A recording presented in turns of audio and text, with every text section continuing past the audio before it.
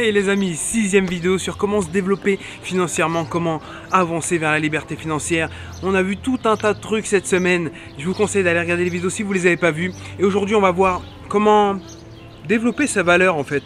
C'est un problème qui arrive chez beaucoup de personnes en fait. C'est que les personnes en fait elles n'ont pas conscience de la valeur qu'elles ont, de la valeur ajoutée qu'elles peuvent apporter aux gens.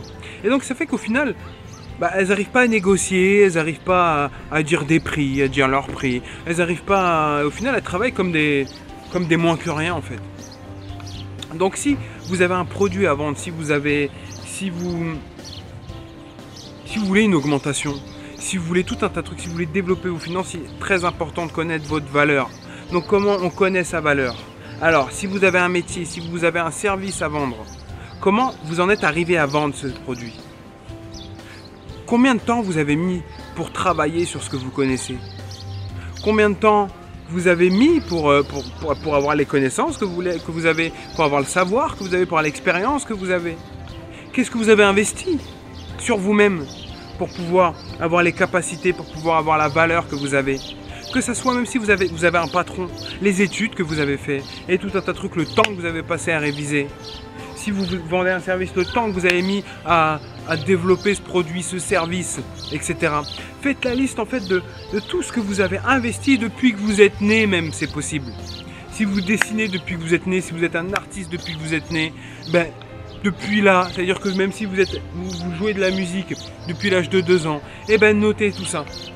C'est ce qui va vous permettre vraiment, faites une liste avec vos valeurs et vraiment ça va vous permettre de prendre conscience en fait de votre valeur et d'intégrer votre valeur au niveau émotionnel, au niveau subconscient et ne plus vous dévaloriser en fait, ne plus baisser vos prix, ne pas oser demander une augmentation. Si tu demandes une augmentation, si tu as envie de demander une augmentation, c'est pourquoi?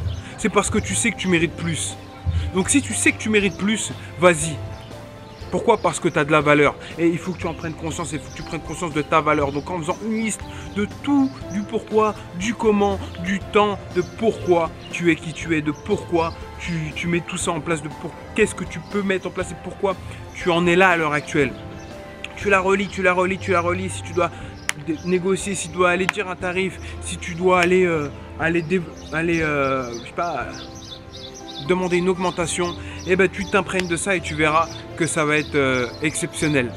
Franchement, c'est vraiment quelque chose de très important en fait, parce que je vois trop de gens vraiment qui sont en galère avec ça, qui ont vraiment du mal à mettre un prix, qui ont du mal à se développer financièrement, qui lancent leur boîte et puis que ça s'écroule. Et en fait, sachez un truc les amis, en fait, n'ayez pas peur de donner des gros prix, n'ayez pas peur de donner une augmentation. En fait, sachez qu'un prix c'est psychologique.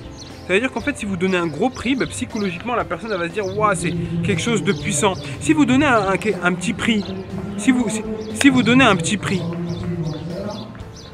la personne elle va se dire quoi? C'est pas de la qualité, alors que même si vous avez le meilleur produit, si vous lui donnez pas une bonne valeur, on va penser que c'est de la merde. Donc voilà, je compte sur vous pour passer à un niveau supérieur au niveau de votre valeur. Là, je sais pas qu'est-ce qui se passe. Oh, c'est la fête.